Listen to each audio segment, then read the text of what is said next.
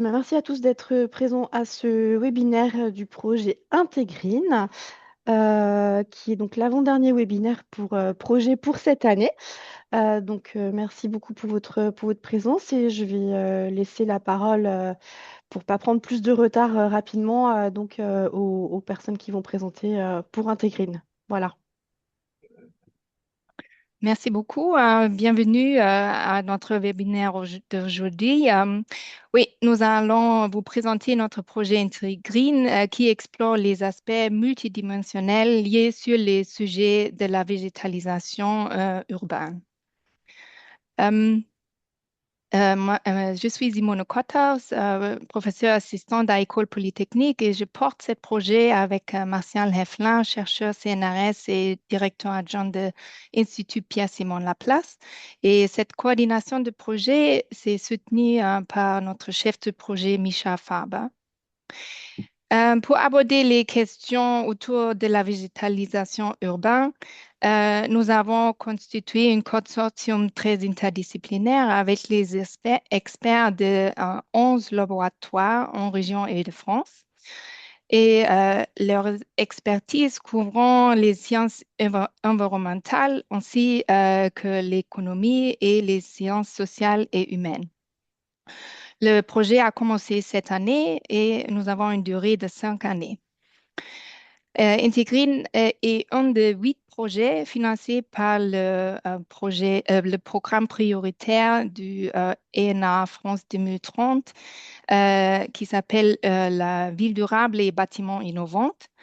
Et Intégrine a sélectionné comme un projet vitrine en région Île-de-France avec un projet partenaire qui s'appelle Urpels. Et ensemble, nous avons le chapeau du projet Paris réussi. Donc oui, quelques mots pour revenir sur le projet Paris Réussi et pour vous expliquer un peu la démarche. Du coup, Paris Réussi, c'est regroupe en fait 2 projets que sont Integrine, dont on va parler aujourd'hui sur les stratégies de végétalisation, mais également Urbelf qui porte plus sur du coup sur la pollution urbaine et les inégalités d'exposition. Et du coup, les 2 projets ont été rassemblés puisqu'en fait, ils traitent de la même zone géographique, à savoir l'Île-de-France. Donc, on voulait vous rappeler un peu l'histoire du logo et pourquoi on a choisi de représenter les 2 projets par ce même logo et d'avoir le nom de Paris réussi. Donc, dans notre logo, on a à la fois retrouvé on a essayé de représenter le tracé de la Seine, du coup, pour l'ancrage géographique qui est commun aux 2 projets. Et on a essayé de représenter l'arborescence à la fois végétale, du coup, en lien avec Intégrine et stratégie de végétalisation, mais aussi l'arborescence pulmonaire, du coup, pour représenter Urbelf et la question de la pollution. Du coup, voilà, je laisse Simone reprendre. Oui, merci. Aujourd'hui, on focalise sur le projet Intégrine de de projet. Et si on regarde les enjeux autour de la végétalisation en ville, c'est clair qu'on trouve beaucoup des expectations autour des services on peut avoir par la végétation. C'est les services pour la santé mentale et physiologique d'humaine, avec les zones de refroidissement et de refuge, les espaces de sociabilité et accessibilité et les relations prend aussi en relation des personnes avec la nature. Mais aussi, il y a l'autre processus qui peut effectuer la résilience urbaine autour des infrastructures urbaines.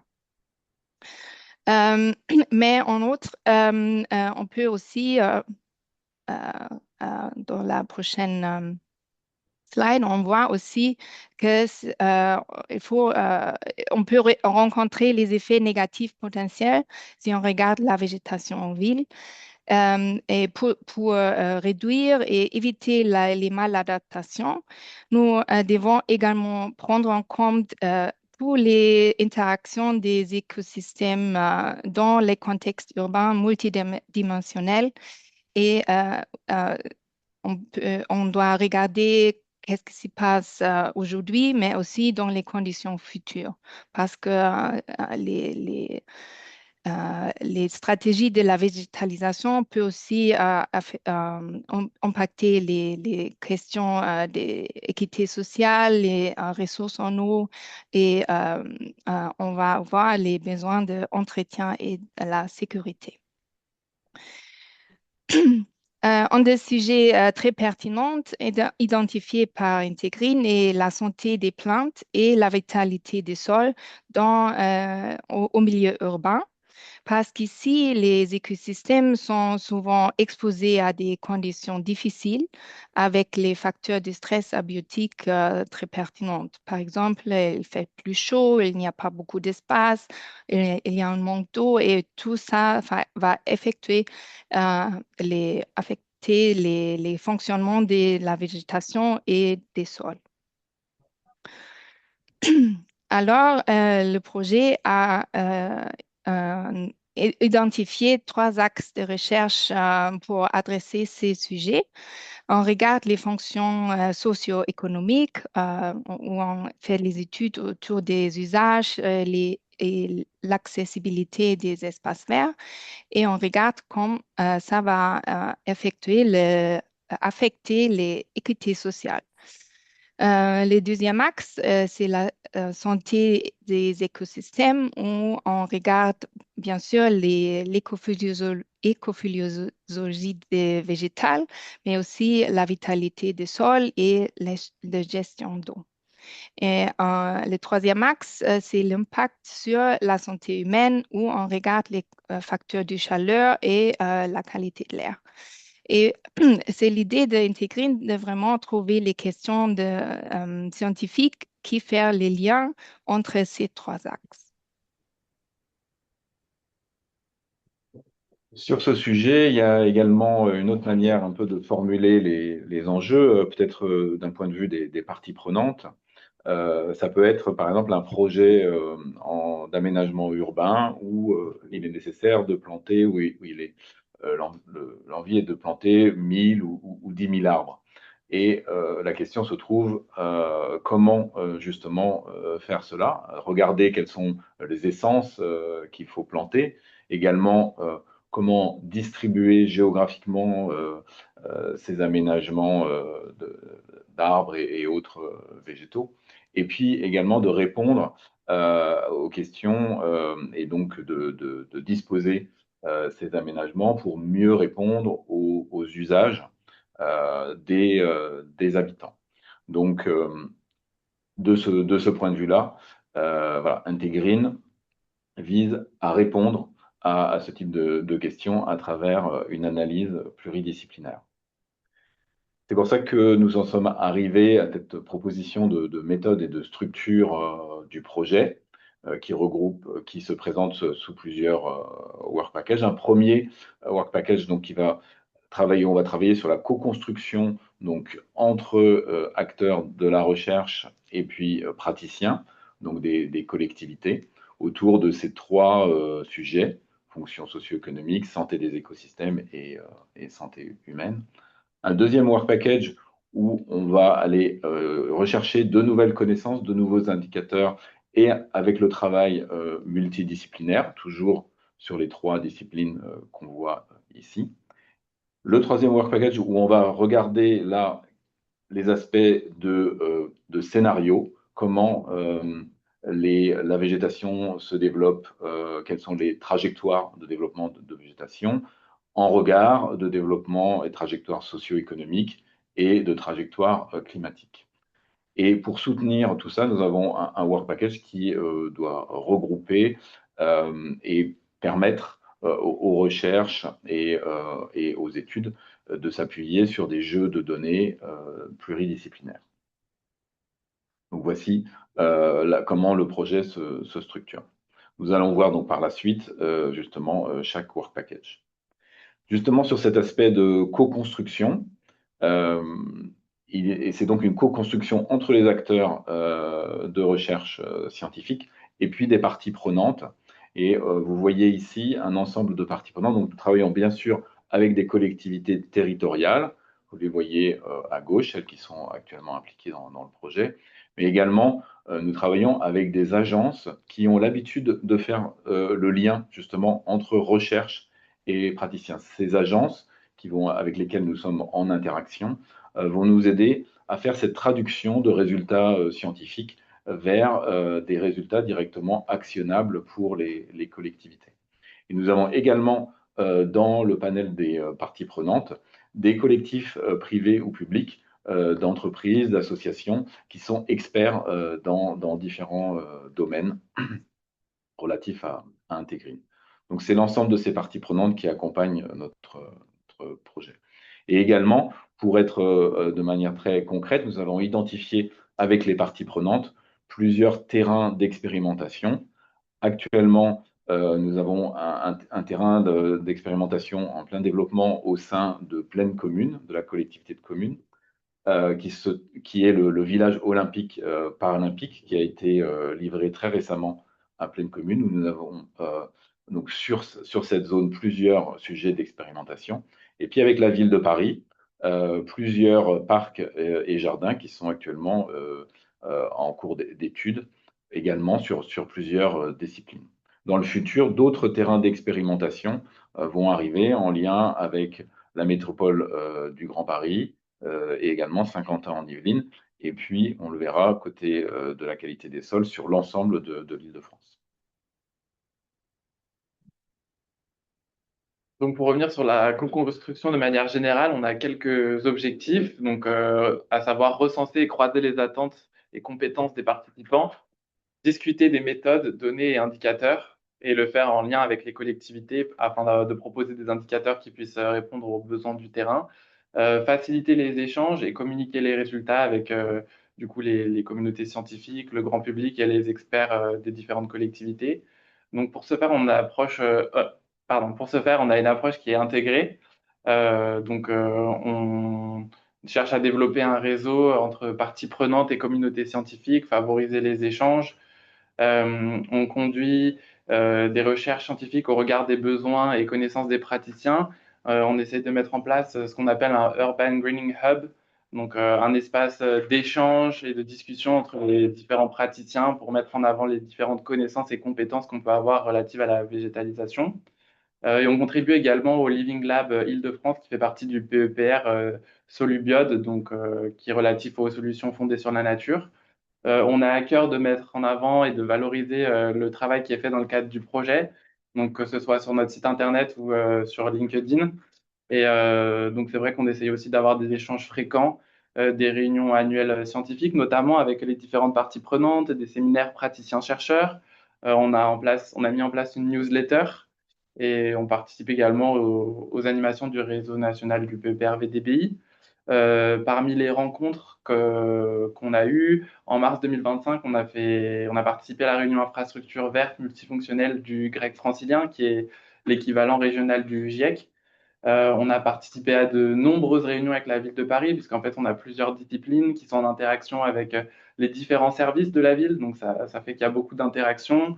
On a également organisé une campagne de mesures. On reviendra dessus, mais on avait organisé dans ce cadre-là une visite scientifique grand public avec les riverains pour leur montrer les différents instruments, les mesures qui étaient faites sur place. On a eu de nombreuses réunions également avec la Solidéo et Plaine Commune, notamment dans le cadre des travaux qui sont effectués sur le village olympique pour tout ce qui est instrumentation et suivi des mesures. Nous, on apporte un soutien, une expertise scientifique.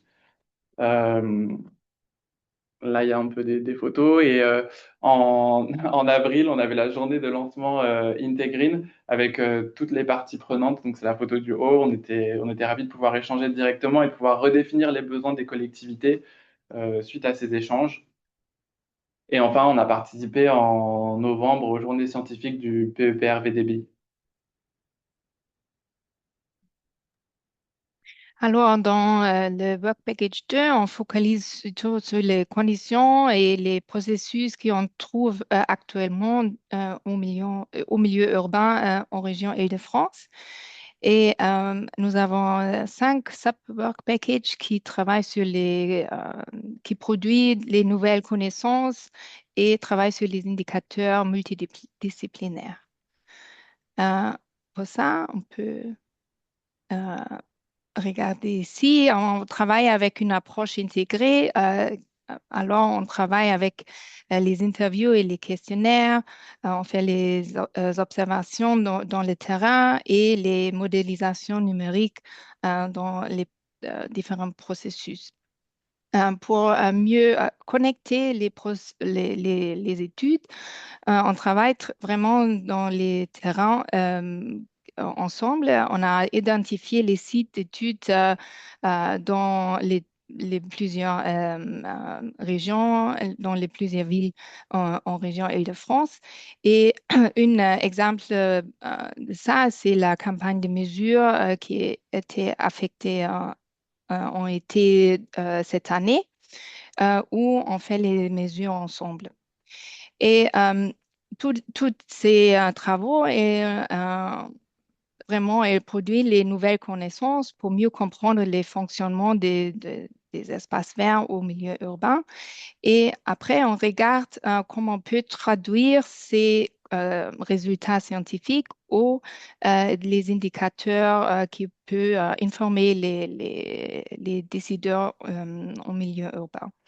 Et une partie est de mieux caractériser les indicateurs existants, mais aussi peut-être d'identifier les nouveaux indicateurs qui manquent dans les planifications aujourd'hui. Et ça, c'est vraiment un travail avec les 5 Subwork Packages pour mieux croiser les connaissances et mieux croiser aussi les indicateurs qu'on peut produire avec ces travaux. Et maintenant, j'invite mes collègues d'introduire les travaux de Subwork Package dans cet espace. Bonjour, je participe avec Charlotte Dacuna et Étienne Grissillon à la partie sciences humaines et sociales du projet Intégrine. Nos études en sciences sociales vont chercher à évaluer comment la planification et la conception des espaces urbains affectent l'équité sociale. Et donc en particulier, comment la distribution donc, spatiale des espaces, l'aménagement donc avec les différentes infrastructures présentes sur les espaces et l'accessibilité, donc d'un point de vue proximité des espaces, mais aussi qualité des espaces, influencent la perception et les usages des habitants. Dans un contexte qui est marqué par la diversité des besoins sociaux et des besoins territoriaux. Donc notre approche va se baser sur une méthodologie intersectionnelle et on souhaite examiner en particulier les enjeux d'inclusion sur les espaces en tenant compte des populations vulnérables comme les personnes âgées ou les personnes sans abri. Tout ça dans le but de proposer des stratégies d'aménagement qui contribuent à réduire les inégalités territoriales et aussi de mieux comprendre comment les espaces sont utilisés par les différents publics pour lutter à la fois contre le changement climatique et aussi pour améliorer le bien-être et la qualité de vie sur ces espaces. Donc on portera aussi une attention critique aux effets potentiellement négatifs qui ont déjà été présentés, donc la gentrification verte et la ségrégation socio-spatiale sur les espaces végétalisés. Nous avons sélectionné les terrains d'études avec les autres working packages.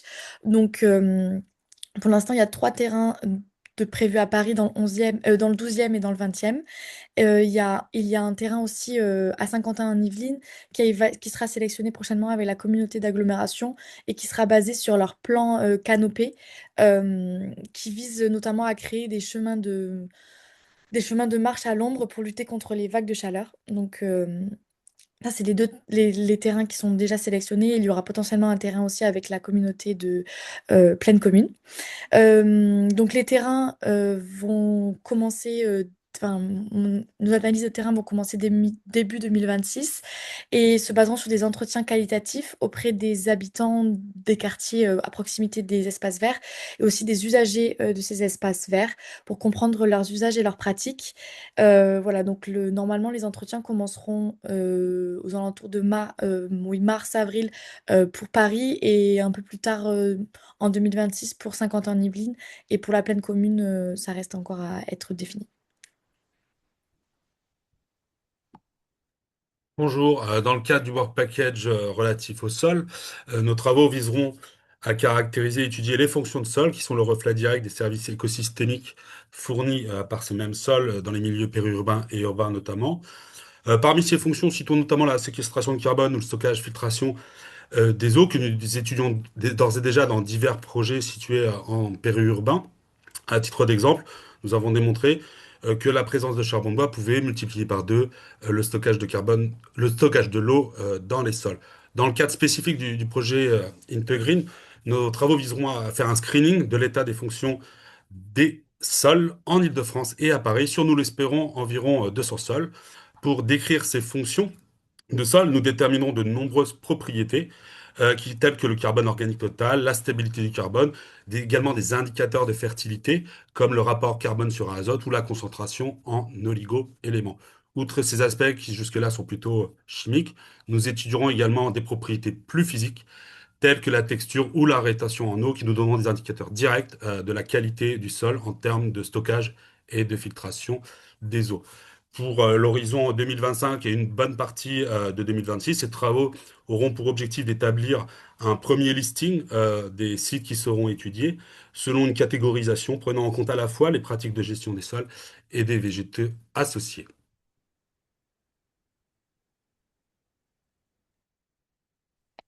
Alors, comme on a mentionné plusieurs fois, nous avons réalisé une campagne de mesure au terrain cet été dans deux espaces verts de la ville de Paris.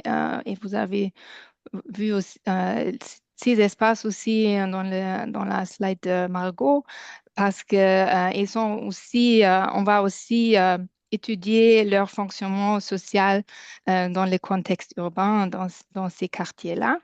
Et ils sont également, ils font partie de la stratégie d'échantillonnage des sols par Fred. Alors,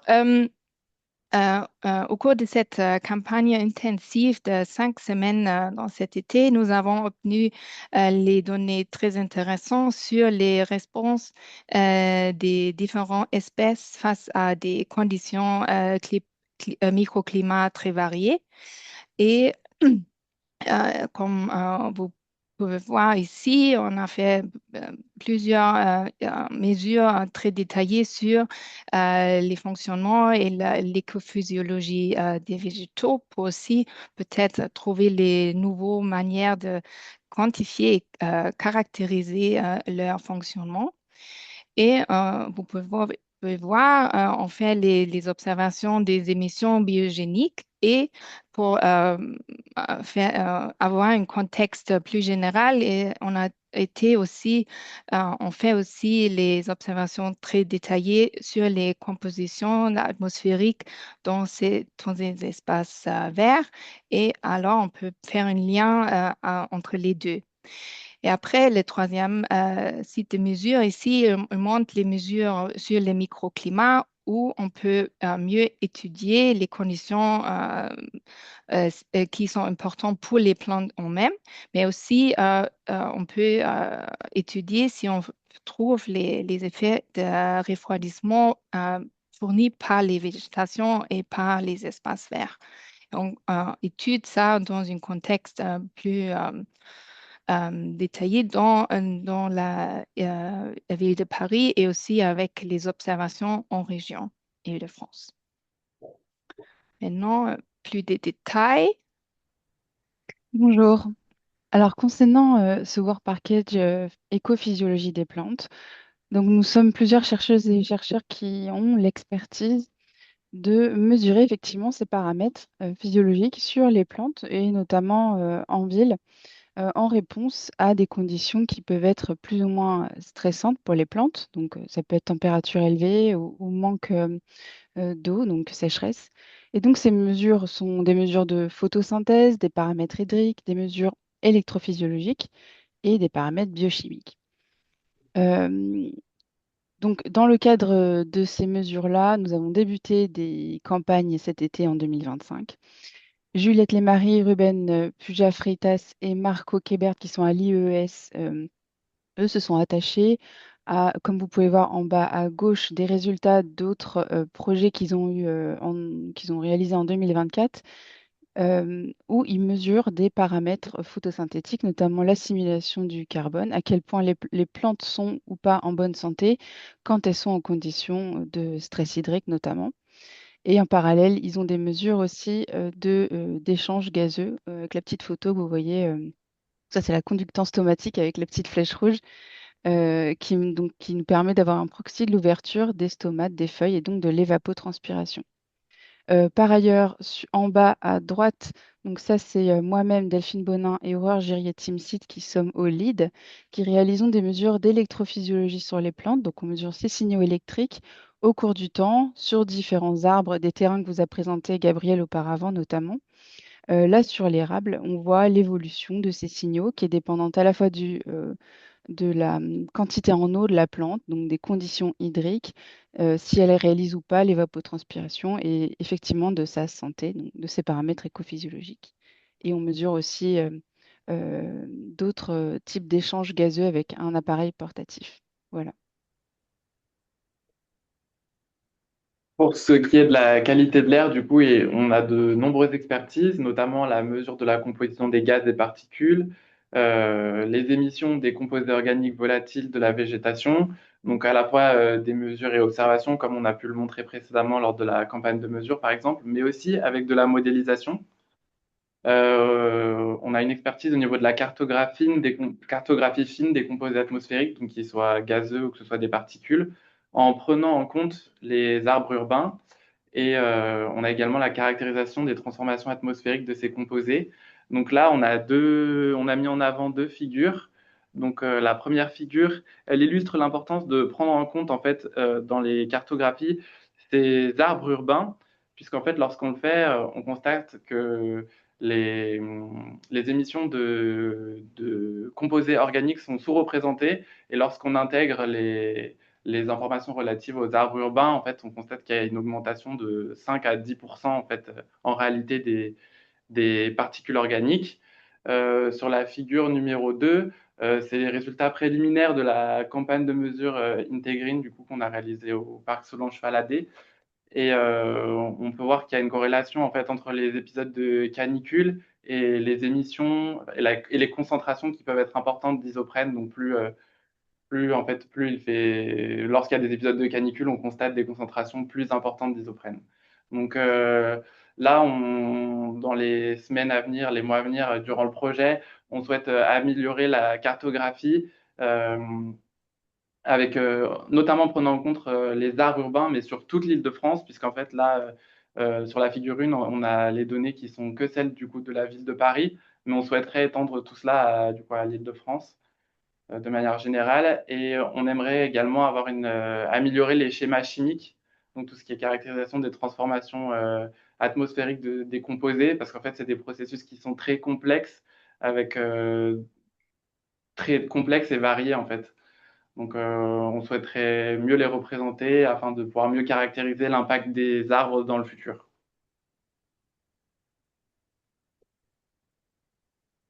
À côté microclimat, notre objectif est vraiment de mieux comprendre les variations spatiales, temporelles, du chaleur et les risques de chaleur au milieu urbain et où et comment on peut trouver les effets de refroidissement fournis par la végétation en ville ou peut-être aussi avec les échanges avec l'air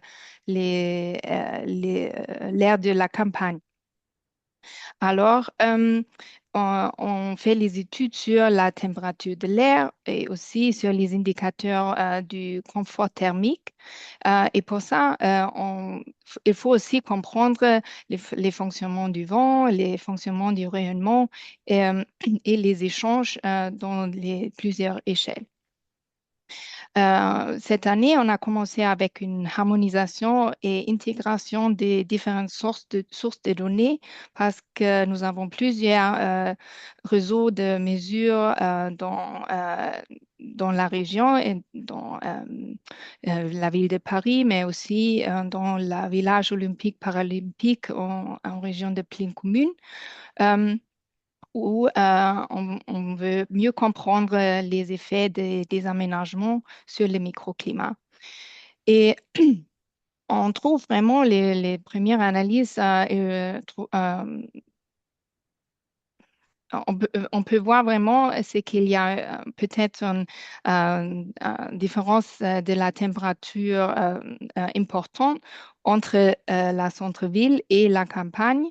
On peut trouver un îlot de chaleur, euh, ça va être peut-être jusqu'au 10 ou plutôt 12 degrés. Mais aussi, on peut trouver les températures différentes entre la ville de Paris, le centre-ville, et les conditions dans la village olympique paralympique, ici en orange.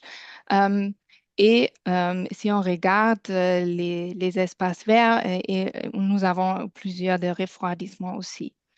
Mais nos études, on peut trouver ce que ces variations spatiales de la chaleur, elles changent beaucoup si on regarde les conditions de la journée et la nuit, mais aussi il faut vraiment prendre en compte les conditions de la météo régionale pour mieux comprendre les échanges, les mélanges verticaux et l'advection de différentes masses d'air.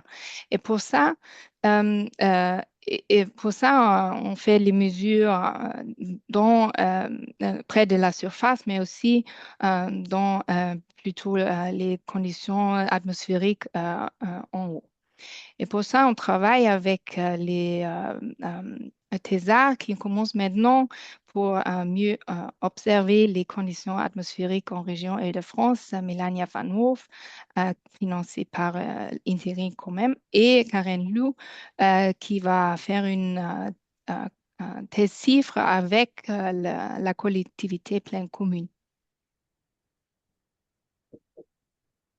Donc, vous avez vu les analyses qui vont être faites dans ces différents domaines donc, et qui s'appuient sur des terrains d'expérimentation.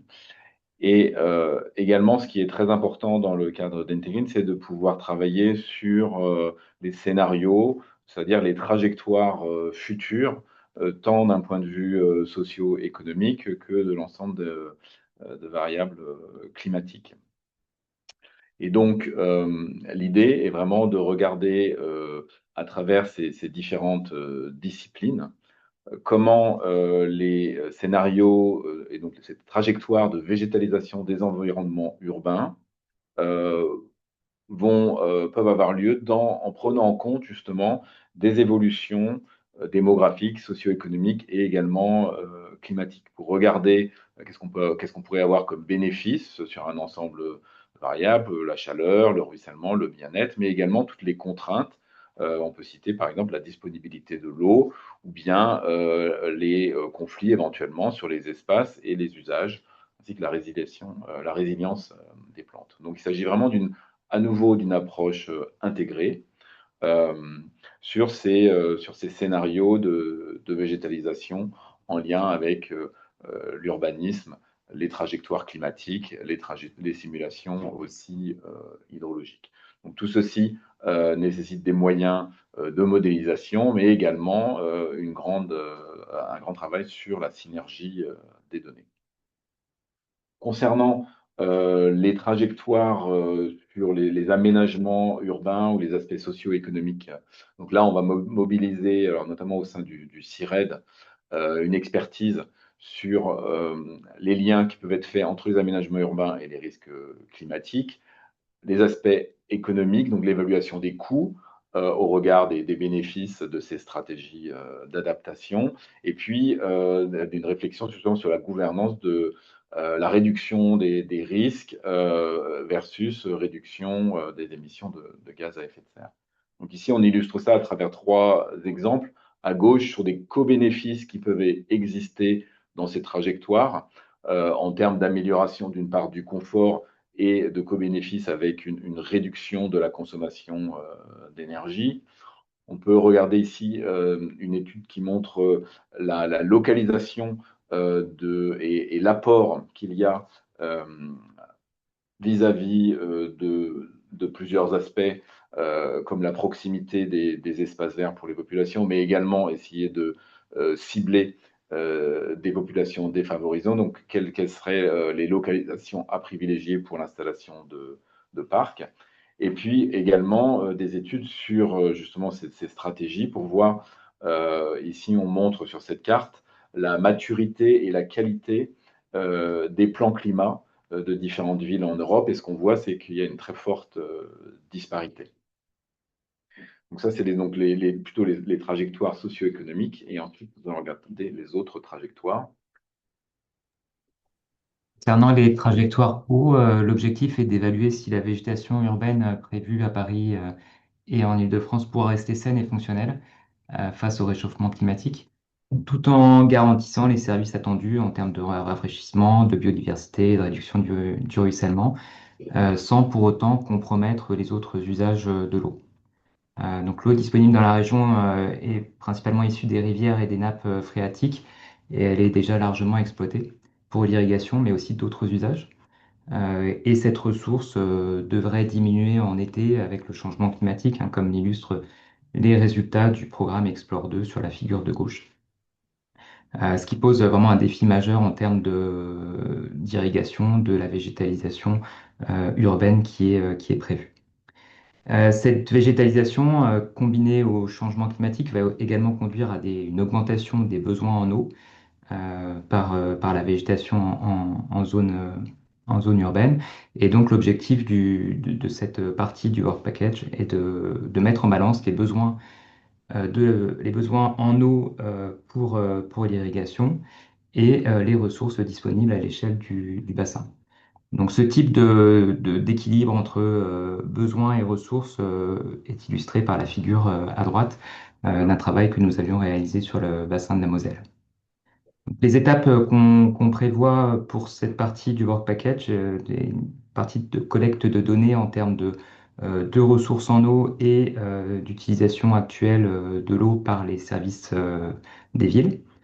Une deuxième étape de co-construction des scénarios et de gestion de l'eau à l'échelle des villes avec les partenaires académiques et les partenaires non académiques.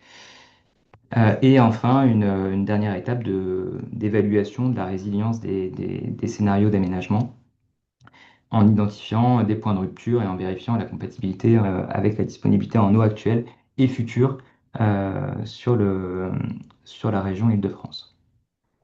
Donc en résumé, hein, cette partie trajectoire eau combinera modélisation, données spatialisées et collaboration avec les acteurs de terrain pour vérifier que la végétation urbaine continue d'apporter les services malgré le changement climatique et des ressources en eau en diminution. Donc sur les trajectoires climat avec Sophie Bastin, notre objectif est de comprendre les interactions entre la grande échelle et la colchimètre urbaine, donc avec notamment un focus sur les éléments extrêmes, donc vagues de chaleur et précipitations intenses, avec une partie importante de la modélisation à échelle kilométrique pour comprendre le changement climatique au niveau régional et local. Donc, en termes de résultats, ce qu'on voit déjà sur l'évolution des précipitations, c'est que il y a quand même une forte variabilité interannuelle, ce qui fait que pour les prochaines décennies, on n'a pas un signal très clair. En revanche, pour le milieu et la fin du siècle, on voit l'émergence d'étés plus secs et d'hivers plus humides. Pour ce qui est ensuite la partie vagues de chaleur, pour le moment, on en est à la compréhension des vagues de chaleur récentes, qui sont particulièrement fréquentes puisqu'on a 14 vagues de chaleur détectées entre 2015 et 2023 sur Paris. Donc des vagues de chaleur majoritairement en juillet, août, avec quelques cas en juin et une vague de chaleur en septembre. Donc, et on voit que ces vagues de chaleur sont marquées par une forte variabilité, notamment au niveau des températures maximales. Et cette variabilité est notamment associée à la stabilité de l'atmosphère, puisque les températures les plus fortes sont observées après des nuits stables. Or, cette stabilité de l'atmosphère est fortement liée au vent, à la fois en termes de vitesse et en termes de direction, puisque Dans un cas de vent de nord avec des vitesses plus élevées à Montsouris, on observe un gradient négatif de la température, donc des nuits qui sont peu stables. Et à l'inverse, pour les autres secteurs de vent avec des vitesses faibles, on a des nuits particulièrement stables qui vont impacter le pouvoir refroidissant des parcs et la dispersion des polluants. Donc l'objectif pour la suite va être de comprendre dans quelle situation on va se placer dans le futur. Ça nous amène au Work Package 4 sur les données. Ouais. Alors pour le WP4 qui concerne donc l'aspect données et les outils associés, donc voilà, nos principaux objectifs sont donc de collecter et rendre visibles les données du projet après un éventuel embargo. Donc pour cela, il faut collecter les données, mais aussi les métadonnées associées. Donc un autre objectif est de faciliter l'exploitation des données, que ce soit série temporelle, cartographie, etc. Donc pour ça, il faut mettre en place des outils et des services standards d'accès et de manipulation de la donnée. Voilà, on veut également faciliter la synergie entre différentes sources de données. Donc là aussi, j'insiste, mais il est important de respecter les standards dans les formats des données, mais aussi les standards dans les protocoles et services d'accès aux données. Voilà, il ne faut pas que chacun y aille de son format de données ou de son outil maison pour distribuer les données. Voilà. Et enfin, on veut fournir des outils et des visualisations dédiés. Donc là, il y a quelques exemples de visualisation sur le site web qui existent actuellement. Voilà, donc l'approche qu'on propose, c'est d'évaluer les besoins en matière de gestion et de visualisation des données. Donc on souhaite construire un système qui réponde bien aux besoins des chercheurs, des utilisateurs, et qui prenne en compte aussi les spécificités des différentes disciplines pour faciliter les études croisées, que ce soit des données SHS, géographiques, physiques, etc. Donc voilà, il faut aller vers les chercheurs, les utilisateurs pour recueillir ces besoins. Ce que l'on veut aussi, c'est permettre d'accéder simplement aux données déjà existantes en mettant en place un catalogue. Donc un catalogue qui respecte les standards de métadonnées et qui utilise des vocabulaires aussi standards. Voilà. L'objectif à la fin aussi, c'est d'être moissonnable par d'autres catalogues au niveau national, etc. Voilà. Et enfin, voilà, on rendre les nouvelles données, enfin toutes les données accessibles et interopérables en respectant les principes FAIR. Donc, principe FAIR, c'est findable, accessible, interoperable et reusable. Donc voilà, tout ce qui concerne les données. Et puis enfin, un dernier message, c'est que le système qui sera mis en place, il devra être évolutif et avec un objectif de pérennité. Voilà. Voilà, c'est tout pour moi. Merci. Et du coup, si vous souhaitez en savoir plus sur notre projet, on vous invite à nous rejoindre du coup sur LinkedIn. On a mis un petit QR code là, si vous souhaitez le scanner pour rejoindre notre page et vous abonner. On a également un site web sur lequel on met toutes les informations relatives au projet. On a plusieurs pages qui regroupent toutes les informations essentielles pour vraiment saisir les enjeux du projet. Et puis, si vous souhaitez nous rejoindre en personne, on organise aussi une journée annuelle scientifique du projet Integrine, donc avec toutes nos parties prenantes, qui se déroulera du coup le 14 avril. Voilà. Et on vous remercie pour votre attention du coup. Merci beaucoup pour cette présentation, très intéressant. Est-ce qu'on a 2-3 minutes? Est-ce qu'il y a des questions éventuellement?